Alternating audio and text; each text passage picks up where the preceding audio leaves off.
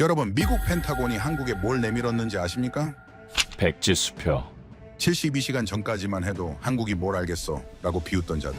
세계 최강대국의 자존심이 산산조각 나는 순간이었습니다. 도대체 무슨 일이 있었던 걸까요? 지금 북극 바다에서 전쟁이 벌어지고 있습니다. 총성 없는 전쟁. 러시아 쉐빙선 50척이 북극을 휘젓고 다닙니다. 미국은요, 고작 2척, 25배 차이죠. 이대로면 2030년 수천조 원어치 자원이 잠든 북극 바다는 그야말로 러시아 뒷마당이 됩니다. 보물창고 열쇠가 쉐빙선인데 미국은 열쇠가 없는 겁니다. 다급해진 미국이 찾아간 곳은 핀란드였습니다. 100년 동안 쉐빙선을 만들어 온 북유럽의 절대 강자죠. 기술을 전수해달라는 미국의 펜타곤, 세계 최강대국이 고개를 숙였지만 북유럽은 콧대가 하늘을 찔렀죠. 우리 바이킹이 1000년 동안 얼음이랑 싸웠어. 아시아 애들한테다 가봐. 하지만 그들은 몰랐습니다. 한국이 이미 세계에서 가장 많은 극지 선박을 만들고 있었다는 사실을요. 100년 자존심이 72시간 만에 어떻게 무너졌는지 그 뜨거운 역전의 기록 지금부터 공개합니다. 시작하기 전 구독과 좋아요, 그리고 댓글로 우리의 대한민국을 응원해주세요. 안녕하십니까. 저는 미국 해안경비대 북극작전단에서 선박 획득 담당관으로 근무했던 리처드 스톤입니다. 지금부터 제가 직접 겪은 일을 말씀드리려 합니다. 아마 믿기 어려우실 거예요. 저도 그랬으니까요. 북극이 녹고 있습니다. 나쁜 소식만은 아니었어요. 얼음이 사라진 자리에 뱃길이 열렸거든요. 유럽까지 열흘이나 빨리 갈 수 있는 황금 항로가 생긴 겁니다. 그 아래에는 석유와 가스, 휘토류가 잠들어 있었지요. 수천조 원어치 보물이 묻힌 바다였습니다. 문제는 그 바다를 누가 차지하느냐였어요. 러시아는 이미 쉐빙선 50척을 띄워놓고 있었습니다. 우리는요, 고작 2척이었어요. 그것도 제가 소속된 해안경비대가 전부 관리하고 있었지요. 25배 차이. 매일 아침 보고서를 펼칠 때마다 한숨이 나왔습니다. 쉐빙선이 없으면 북극에 발도 들여놓을 수 없어요. 얼음을 깨고 길을 내줘야 유조선도 화물선도 군함도 따라갈 수 있는 거니까요. 쉐빙선을 가진 나라가 북극의 열쇠를 쥐는 셈이었습니다. 그런데 우리 손에는 열쇠가 없었던 거예요. 그때 상부에서 회의 소집 명령이 떨어졌습니다. 테이블 위에 보고서 한 장이 놓여 있었어요. 제목이 짧았지요. 2030년 북극 전망. 그런데 내용은 참담했습니다. 러시아가 북극 항로의 60%를 장악하게 된다. 미국의 영향력은 사실상 소멸된다. 회의실이 얼어붙었어요. 고위 장교들 얼굴이 하얗게 질리더군요. 아무도 말을 꺼내지 못했습니다. 무거운 침묵만이 내려앉았지요. 우리도 쉐빙선 건조 사업을 추진하고 있긴 했어요. 몇 년 전에 시작한 프로젝트였습니다. 그런데 문제가 생겼지요. 예산이 60%나 초과됐고 완공 시점은 자꾸만 뒤로 밀렸어요. 원래 4조 원짜리 사업이 7조 원을 넘어서고 있었습니다. 미국 조선소의 실력이 그 정도였던 겁니다. 50년 동안 쉐빙선을 만들어 본 적이 없으니 당연한 결과였지요. 기술자도 경험도 설계도도 전부 부족했어요. 직접 못 만들면 방법은 하나뿐이었습니다. 만들 줄 아는 나라를 찾아가는 거였지요. 핀란드였습니다. 세계 쉐빙선의 80%를 설계하고 60%를 건조하는 나라. 100년 넘게 얼음과 싸워온 장인들의 나라였어요. 대통령께서 직접 나서셨습니다. 핀란드 대통령과 만난 자리에서 기술을 전수해달라고 요청하셨지요. 세계 최강대국 수장이 고개를 숙인 겁니다. 그 장면이 전 세계 뉴스에 퍼져나갔어요. 북유럽이 술렁였습니다. 핀란드, 덴마크, 노르웨이. 이른바 아이스 동맹이라 불리는 나라들이었지요.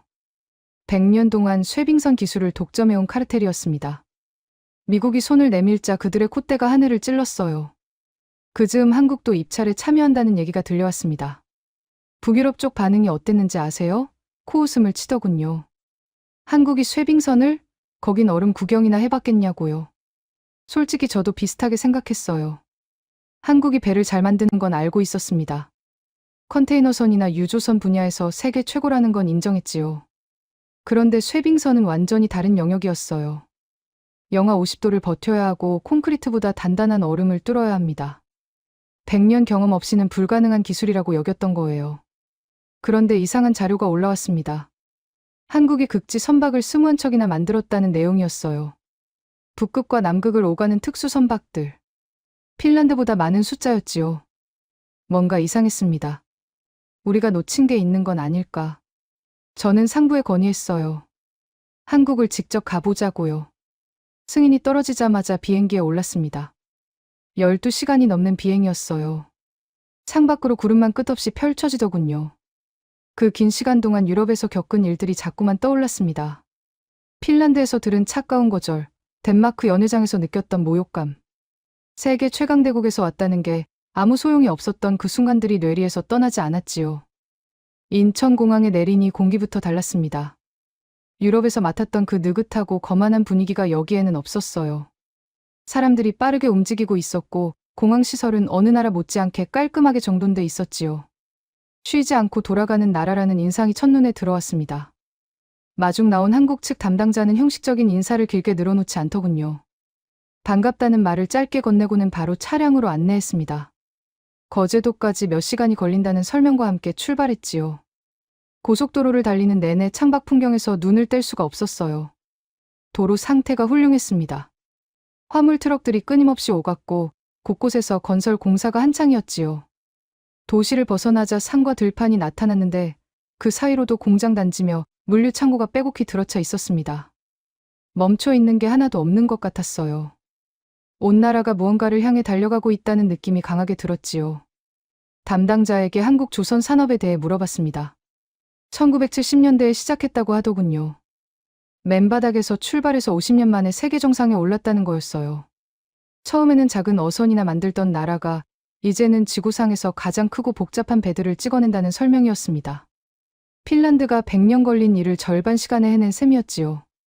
그 말을 듣는 순간 묘한 기대감이 피어오르기 시작했습니다. 바다가 보이기 시작하면서 거제도에 접어들었어요. 섬이라고 하기엔 규모가 상당했습니다. 해안선을 따라 거대한 구조물들이 줄지어 서 있었는데 처음에는 그게 뭔지 알아보지 못했어요. 가까이 가니까 크레인이었습니다. 하나가 아니라 수십 개가 하늘을 찌르고 있었지요. 마치 강철로 만든 거인들이 바다를 지키고 서 있는 것 같았습니다. 유럽 어느 조선소에서도 본 적 없는 광경이었어요. 조선소 정문에서 보안 검색을 받았습니다. 신분증 확인에 소지품 검사까지 꽤 꼼꼼하게 진행됐지요. 이 시설을 얼마나 중요하게 여기는지 그 절차만으로도 충분히 느껴졌습니다. 안으로 들어서자 눈앞에 펼쳐진 풍경에 압도당했어요. 끝이 보이지 않는 야적장에 철판들이 산더미처럼 쌓여 있었습니다. 집채만 한 선체 블록을 실은 운반차들이 천천히 이동하고 있었고 여기저기서 용접 불꽃이 번쩍거렸지요. 기계 소리와 쇳소리가 뒤섞여 귀를 울렸습니다. 분명히 엄청나게 바쁜 현장이었어요. 그런데 이상하게도 혼란스럽지가 않았습니다. 고함을 지르거나 허둥대는 사람이 보이지 않았어요. 모든 작업자가 자기 위치에서 묵묵히 맡은 일을 하고 있었지요. 마치 거대한 시계의 톱니바퀴들처럼 딱딱 맞물려 돌아가는 느낌이었습니다. 핀란드 조선소에서 봤던 풍경과는 완전히 달랐어요. 그곳에서는 작업자들이 삼삼오오 모여 커피 마시며 담소를 나누는 장면이 일상이었거든요. 여기는 달랐습니다. 긴장감과 집중력이 공기 중에 팽팽하게 감돌고 있었지요. 담당자가 저를 도크 쪽으로 안내했습니다. 거기서 첫 번째 충격을 받았어요. 거대한 배 한 척이 거의 완성된 상태로 서 있었는데 크기가 상상을 초월했습니다. 가까이 다가가 올려다보니 목이 아플 지경이었지요. 선체 두께가 일반 배와는 확연히 달라 보였고 뱃머리 형태도 특이했습니다. 극지용 가스 운반선이라는 설명을 들었어요. 북극해에서 운항하는 배라고 했습니다. 영하 45도 바다를 뚫고 다닐 수 있도록 설계됐다더군요. 그 말을 듣는 순간 가슴이 뛰기 시작했습니다. 자료로만 봤던 게 눈앞에 실물로 서 있었던 거예요. 한국이 정말로 극지 선박을 만들고 있다는 사실을 직접 확인한 순간이었지요. 담당자가 기술연구소로 안내하겠다고 했습니다. 이 배들을 설계한 사람을 만날 수 있다는 얘기였어요. 스무한 척을 만들어낸 그 비결이 거기 있을 것 같았습니다. 발걸음이 빨라졌지요. 연구소 건물은 조선소 안쪽 깊숙한 곳에 자리 잡고 있었습니다. 들어서자마자 분위기가 확 달라졌어요.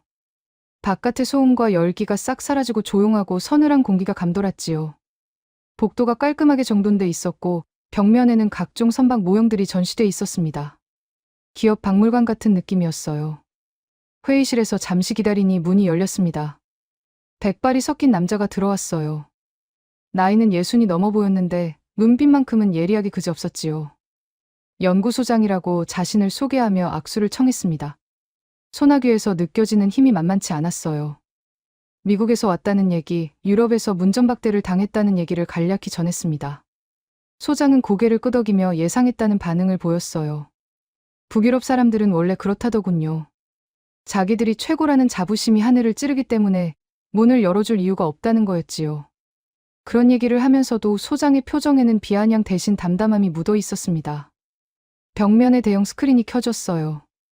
배 사진들이 하나씩 나타나기 시작했습니다. 한 척, 두 척, 다섯 척, 10척. 숫자가 계속 늘어나더니 20척을 넘어 21척에서 멈췄지요. 화면을 가득 채운 배들의 행렬이 장관이었습니다. 전부 이 조선소에서 건조한 극지용 선박이라고 했어요. 2014년에 15척, 2020년에 6척을 수주해서 한 척도 빠짐없이 납기 안에 인도했다더군요. 지금 이 순간에도 북극해를 누비고 있는 배들이라는 설명이었습니다. 단일 조선소 기준으로 세계 최다 실적이라고 했지요. 러시아 가스 회사가 발주한 물량이었다고 합니다. 북극해 가스전에서 생산된 가스를 운반하는 배들이었어요. 영하 50도에 육박하는 혹한의 바다를 1년 내내 오가야 하는 선박들이었지요. 조건이 극도로 까다로웠습니다. 러시아 조선소로는 도저히 감당이 안 됐다더군요. 기술력도 부족하고 납기도 맞추지 못했다고 해요. 핀란드에 맡기려 해도 물량을 소화할 능력이 없었다고 합니다. 결국 세계를 뒤져서 한국까지 온 거였지요. 소장은 처음부터 이런 기술이 있었던 게 아니라고 솔직하게 말했습니다. 2009년에 아라오노라는 쇠빙연구선을 처음 만들었는데 그게 시작이었다더군요. 한국 최초의 쇠빙선이었지요. 그 배 한 척을 건조하면서 기초 기술을 닦았다고 해요. 거기서부터 차곡차곡 쌓아 올린 거였습니다. 2008년부터 연구를 시작했다고 하더군요. 북극 얼음이 녹으면서 새로운 항로가 열릴 거라는 걸 내다보고 미리 준비한 거였어요. 남들이 관심 없을 때 조용히 투자하고 기술을 축적했다고 합니다. 15년이 넘는 세월이었지요. 기술은 하루아침에 생기지 않는다고 소장은 강조했어요. 시간을 들여야 한다는 거였습니다. 그런데 시간만 들인다고 다 되는 게 아니라 방향이 맞아야 한다고 했지요. 이 조선소가 집중한 건 두 가지였다고 합니다. 효율과 안전이었어요. 화면이 바뀌면서 배의 단면도가 나타났습니다. 이중선체 구조라는 설명이 이어졌어요. 배 껍데기가 두 겹으로 돼 있다는 뜻이었지요. 바깥쪽 선체가 얼음과 충돌할 때 충격을 흡수하고 안쪽 선체가 화물을 보호하는 방식이었습니다. 설령 바깥이 뚫리더라도 안쪽은 버틸 수 있도록 설계된 거였어요. 강판 두께도 일반 배의 2배에 달했습니다. 특수합금을 사용해서 영하 60도에서도 깨지지 않는다고 했지요. 일반 철판은 극저온에서 유리처럼 부서지기 쉬운데 이 합금은 그렇지 않다는 설명이었습니다. 저는 빠르게 메모를 했어요. 본부에 보고할 내용이 계속 늘어나고 있었지요. 소장이 자리에서 일어나며 진짜 중요한 건 따로 있다고 했습니다. 직접 보여주겠다면서 저를 다른 공간으로 안내했어요.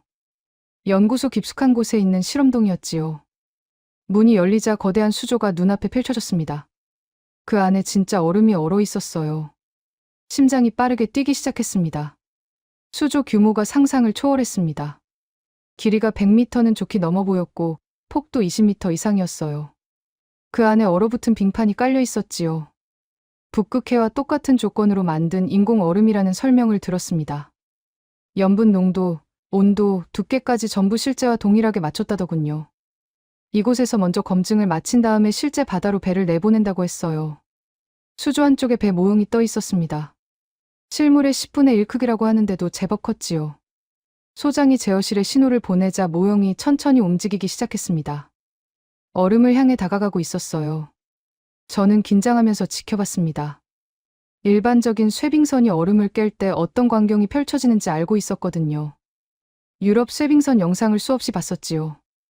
배가 얼음 위로 올라타서 무게로 내리누르면 쾅쾅 소리가 나면서 얼음이 부서집니다. 파편이 사방으로 튀고 배가 덜컹거리며 흔들리지요. 그게 제가 알던 쇠빙의 모습이었어요. 눈앞에서 벌어진 일은 완전히 달랐습니다. 뱃머리가 얼음에 닿는 순간 쾅 하는 충격음 대신 사그락거리는 소리만 났어요. 마치 신선한 야채를 칼로 써는 것 같은 청량한 소리였지요. 얼음이 부서지는 게 아니라 깔끔하게 갈라지면서 양옆으로 밀려났습니다. 배는 그 사이로 미끄러지듯 들어갔어요. 소음이 거의 없었습니다. 선체 각도가 다르기 때문이라는 설명을 들었어요. 기존 쇠빙선은 얼음 위에 올라타서 무게로 눌러 깨는 방식이라고 합니다. 그래서 쿵쿵 소리가 나고 진동이 심하지요. 얼음 조각이 튀면서 선체에 상처를 내기도 하고요. 이 조선소가 개발한 방식은 정반대였습니다. 얼음 아래로 파고드는 거였어요. 뱃머리 각도를 특수하게 설계해서 위에서 누르는 게 아니라 밑에서 밀어 올리는 원리라고 했지요. 그러면 얼음이 자연스럽게 갈라지면서 양쪽으로 벌어진다는 거였습니다. 지렛대 원리를 응용한 것이라고 볼 수 있었어요. 힘으로 부수는 게 아니라 기술로 가르는 방식이었지요. 연료 효율이 훨씬 좋고 소음도 적다는 설명이 이어졌습니다. 같은 거리를 항해해도 기존 쇠빙선보다 30% 이상 연료를 아낄 수 있다고 했어요. 모형 배가 수조 끝까지 도달했습니다. 뒤를 돌아보니 얼음이 깔끔하게 양쪽으로 갈라져 있었어요. 파편 하나 없는 깨끗한 수로가 만들어져 있었지요. 소장이 제어실에 다시 신호를 보냈습니다. 이번에는 배가 방향을 바꾸지 않고 그대로 후진하기 시작했어요. 저는 당연히 속도가 느려질 거라고 예상했습니다. 배가 뒤로 가면서 얼음을 깬다는 건 상식적으로 불가능에 가깝거든요. 모든 쇠빙선이 전진만 하는 이유가 그거였지요. 눈앞에서 벌어진 광경은 그 상식을 완전히 뒤집었습니다. 후진하는데도 얼음이 똑같이 갈라졌어요. 속도도 전진할 때와 크게 다르지 않았지요. 사그락거리는 소리와 함께 빙판이 양옆으로 밀려나고 배는 유유히 뒤로 빠져나갔습니다. 양방향 쇠빙이라는 기술이었습니다. 세계 최초로 상용화했다는 설명을 들었어요. 선미에도 쇠빙 기능을 넣은 거였지요.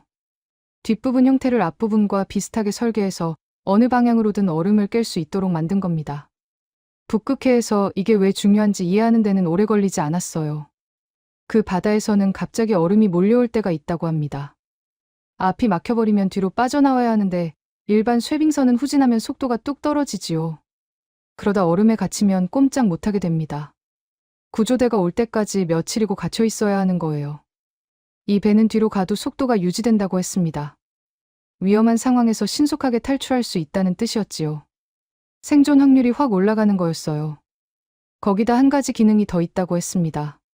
제자리에서 360도 회전이 가능하다더군요. 추진 시스템이 특수하게 설계돼서 좁은 공간에서도 방향 전환이 된다고 했어요.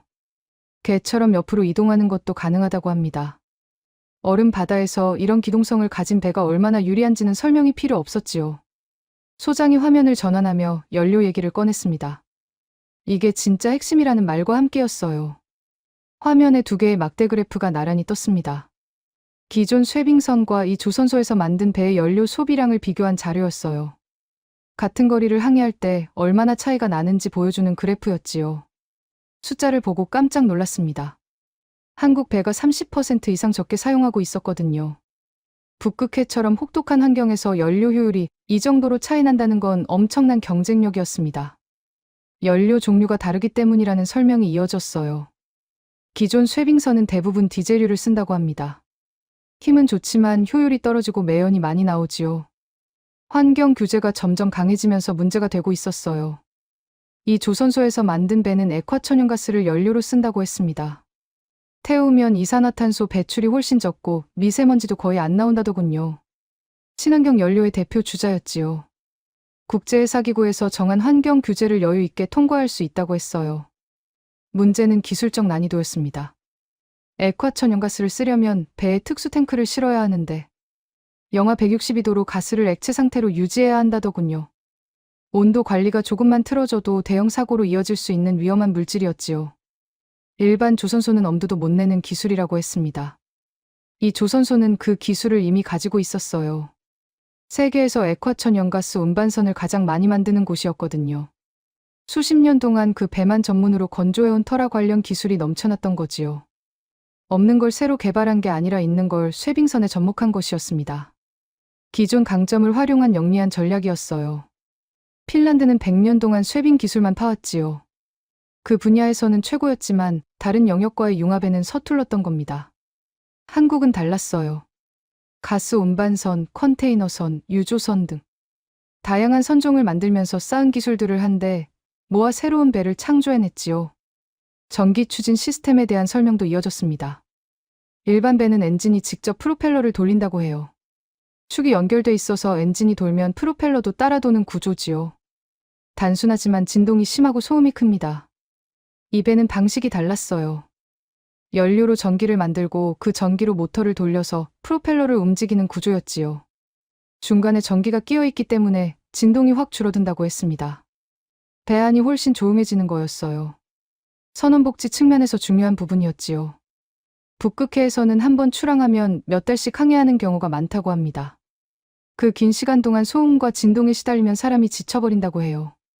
조용한 배가 선원들의 건강과 집중력을 지켜준다는 설명이었습니다. 그런데 진짜 중요한 건 군사적 측면이었어요. 북극해 밑에는 러시아 잠수함이 돌아다닌다고 합니다. 핵미사일을 탑재한 전략 잠수함들이지요. 그 잠수함들은 적을 탐지할 때 소리를 이용한다고 해요. 수중에서 나는 소음을 잡아내는 거지요. 일반 쇠빙선은 얼음을 깨면서 엄청난 소리를 냅니다. 쾅쾅거리는 충격음에 엔진 소리까지 더해지면 수십 킬로미터 밖에서도 들린다고 해요. 잠수함 입장에서는 눈 감고도 위치를 알 수 있는 셈이지요. 이 배는 달랐습니다. 얼음을 조용히 가르고 엔진 소음도 적었어요. 전기 추진 시스템 덕분에 수중 소음이 일반 쇠빙선의 10분의 1 수준에 불과하다고 했지요. 잠수함이 탐지하기 훨씬 어려워진다는 뜻이었습니다.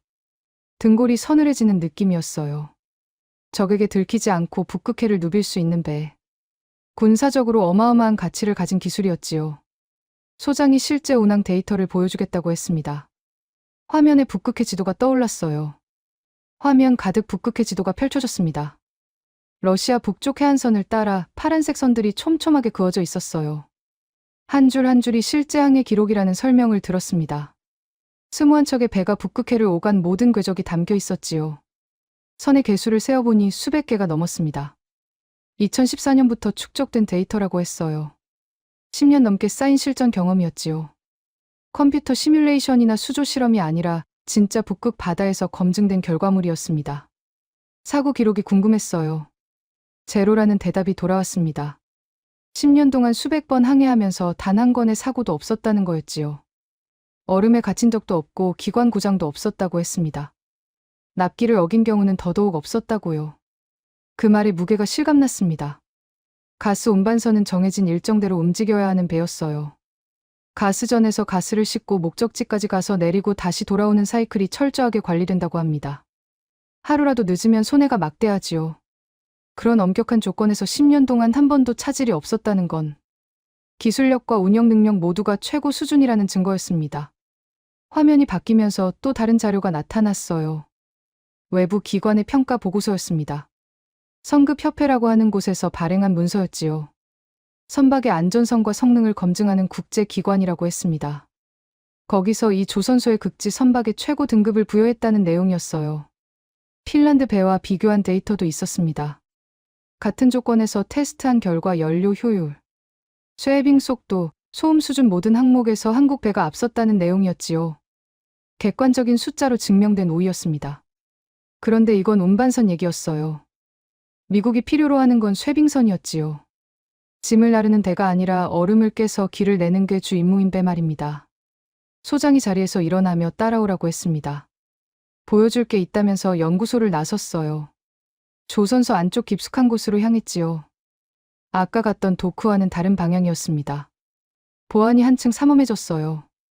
특별구역이라는 표지판이 붙어 있었고 출입 절차가 까다로웠습니다. 신원 확인을 다시 거치고 나서야 안으로 들어갈 수 있었지요. 거대한 건조장이 나타났습니다. 한가운데 배 한 척이 서 있었어요. 아직 건조 중인 상태였지만 형태는 거의 갖춰져 있었지요. 운반선과는 확실히 달라 보였습니다. 선체가 더 두껍고 뱃머리 모양이 더 날카로웠어요. 차세대 쇠빙연구선이라는 설명을 들었습니다. 한국 정부가 발주한 배였어요. 남극과 북극을 오가며 과학연구를 수행할 선박이었지요. 기존에 운용하던 연구선의 후속작인데 규모가 완전히 달랐습니다. 1만 6천 톤이 넘는다고 했어요. 기존 연구선의 2배가 넘는 크기였지요. 이 조선소가 그동안 쌓아온 모든 기술이 이 배에 집약된다는 설명이었습니다. 양방향 쇠빙, 액화천연가스 연료, 전기 추진 시스템 전부 적용된다고 했어요. 거기다 한 가지 더. 1.5m 두께 얼음을 깨고 다닐 수 있다고 했습니다. 성인 키 높이만한 빙판을 뚫고 항해한다는 뜻이었지요. 영하 45도 환경에서도 정상 운항이 가능하다고 했습니다. 2029년까지 건조를 완료할 계획이라고 하더군요. 기술은 이미 준비돼 있다고 했어요. 고객만 있으면 언제든 더 만들 수 있다는 뜻이었지요. 가슴이 뜨거워졌습니다. 미국이 찾아 헤매던 답이 바로 여기 있었어요. 유럽에서 문전박대를 당하고 절망하던 그때 지구 반대편에서는 이런 배가 태어나고 있었던 거지요. 본부에 당장 보고해야겠다는 생각이 들었습니다. 그날 밤 호텔에서 본부와 화상 연결을 했습니다. 워싱턴은 아침 시간이었어요. 고위 관계자들이 화면에 나타났지요. 유럽 출장 결과가 실망스러웠던 터라 표정들이 어두웠습니다. 또 빈손으로 돌아오는 거 아니냐는 분위기가 역력했어요. 저는 한국에서 본 것들을 하나씩 설명하기 시작했습니다. 21척의 극지 선박 건조 실적, 세계 최다 기록, 10년간 무사고 운항, 양방향 쇄빙 기술 세계 최초 상용화, 액화천 연가스 전기 추진 시스템, 소음 최소화, 1.5m 얼음 쇄빙 능력, 영하 45도 내한 성능. 화면 속 사람들의 표정이 점점 바뀌기 시작했어요. 의심이 놀라움으로, 놀라움이 흥분으로 변해갔지요. 누군가 진짜냐고 물었고 저는 직접 눈으로 확인했다고 대답했습니다. 실험 영상과 운항 데이터를 첨부해서 보냈어요. 회의실이 술렁거렸습니다. 한 고위 관계자가 핀란드는 어떻게 하냐고 물었지요. 저는 솔직하게 대답했습니다. 핀란드는 기술 이전을 거부했고 완제품 구매도 10년은 기다려야 한다고요. 반면 한국은 기술이 준비돼 있고 생산 능력도 충분하다고 말씀드렸지요. 비교가 너무 명확했어요. 문은 닫혀 있는 곳과 열려 있는 곳. 100년 동안 쌓아온 자존심의 최. 손 내밀기를 거부하는 곳과 15년 동안 묵묵히 준비하며 기회를 기다려온 곳. 선택은 어렵지 않았습니다. 본부에서 즉각 움직이기 시작했어요. 며칠 뒤 공식 협의 요청이 한국 측에 전달됐습니다. 더 높은 레벨의 회담이 성사됐지요. 양측 실무진이 만나 기술 세부 사항을 검토했고 협력 가능성을 타진했습니다. 분위기가 급물살을 탔어요. 미국 측에서 대표단을 파견하겠다는 통보가 왔습니다. 그것도 고위급 인사가 직접 온다고 했지요. 사안의 중요성을 그만큼 높게 평가한다는 뜻이었어요. 대표단이 거제도를 방문한 날을 잊을 수가 없습니다. 조선소 측에서 성대하게 맞이했어요. 도크 투어부터 연구소 시찰, 기술 브리핑까지 빠짐없이 진행됐지요. 미국 측 인사들은 눈앞에서 펼쳐지는 광경에 연신 감탄을 쏟아냈습니다. 유럽에서 당했던 일과는 천지 차이였어요. 핀란드에서는 냉대를 받았고 덴마크에서는 조롱거리가 됐었지요. 그런데 여기서는 환대를 받았습니다. 단순한 환대가 아니었어요. 기술로 뒷받침되는 자신감에서 나오는 여유로운 환대였지요. 회담이 이어졌습니다. 구체적인 협력 방안이 논의됐어요. 쇄빙선 공동개발, 기술 교류, 장기 파트너십. 테이블 위에 여러 가지 옵션이 올라왔지요. 미국 측 대표가 한 가지 질문을 던졌습니다. 왜 한국인가? 왜 유럽이 아니라 한국을 선택해야 하는가? 한국 측 대표가 대답했어요. 실적으로 증명하겠다고요. 약속한 건 반드시 지킨다고요. 납기를 한 번도 어긴 적 없고 사고도 한 번 없었다고 했지요. 말이 아니라 결과로 보여주겠다는 거였습니다. 그 말에 무게가 실렸어요. 10년간 쌓아온 실적이 그 말을 뒷받침하고 있었거든요. 허풍이 아니라 사실이었지요. 분위기가 무르익었습니다. 양측이 악수를 나눴어요. 공식적인 협력 관계가 시작되는 순간이었지요. 유럽에서 닫혔던 문이 아시아에서 활짝 열린 거였습니다. 저는 그 자리에 서서 묘한 감정을 느꼈어요. 불과 몇 주 전만 해도 절망적이었던 상황이 완전히 뒤집혔지요. 비웃음을 당하던 쪽이 선택을 받았고 콧대 높던 쪽이 뒤통수를 맞은 꼴이 됐습니다. 역전이었어요. 미국으로 돌아오는 비행기 안에서 창밖을 바라봤습니다. 거제도의 불빛이 점점 멀어지고 있었어요.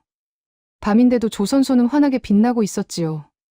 24시간 멈추지 않는 그곳의 열기가 느껴지는 것 같았습니다. 주머니에서 사진 한 장을 꺼냈어요. 연구소장이 작별 선물로 건네준 거였습니다. 개발팀 단체 사진이었지요. 화려하지 않은 모습이었어요. 기름때 묻은 작업복 차림에 눈이 충혈된 사람들. 피로가 얼굴에 가득했지만 표정만큼은 단단해 보였습니다. 주 5년이라고 했지요.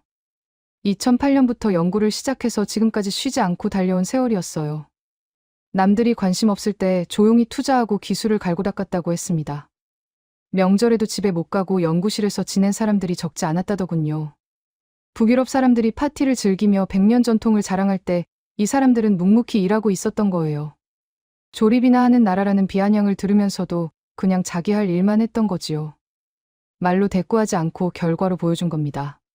사진 속 사람들을 한 명 한 명 들여다봤습니다.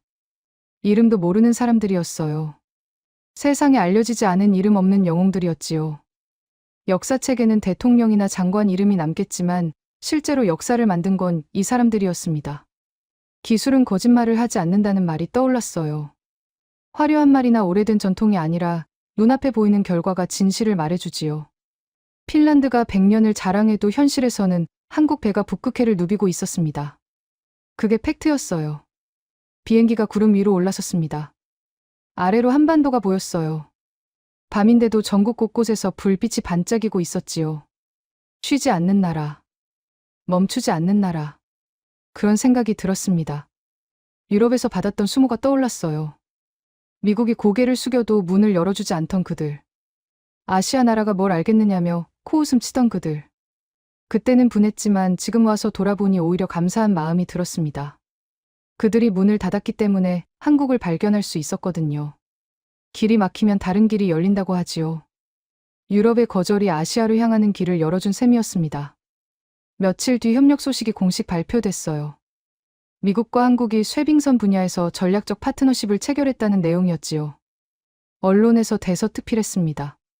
북극 패권 경쟁에서 새로운 변수가 등장했다는 분석이 쏟아졌어요. 유럽은 충격에 빠졌다고 하더군요. 자신들이 독점하고 있다고 믿었던 시장에 균열이 생긴 거였지요. 100년 동안 쌓아온 아성이 흔들리기 시작했습니다.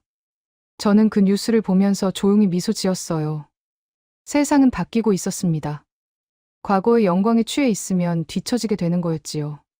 자만하는 순간 추락이 시작되고 묵묵히 준비하는 자가 결국 앞서 나가게 되는 거였습니다. 한국이 보여준 건 단순한 기술력이 아니었어요. 비웃음 앞에서 무릎 꿇지 않는 태도. 불가능하다는 말에 굴복하지 않는 정신. 말보다 결과로 증명하는 자세. 그런 것들이었지요. 지금도 거제도 조선소에서는 불이 꺼지지 않고 있을 겁니다. 누군가는 밤을 새우며 다음 배를 설계하고 있겠지요. 이름 없는 그 사람들이 또 다른 역사를 만들어가고 있을 거예요. 저는 확신합니다. 21세기 바다를 지배하는 건 오래된 전통이 아니라 끊임없이 노력하는 자들이라고요.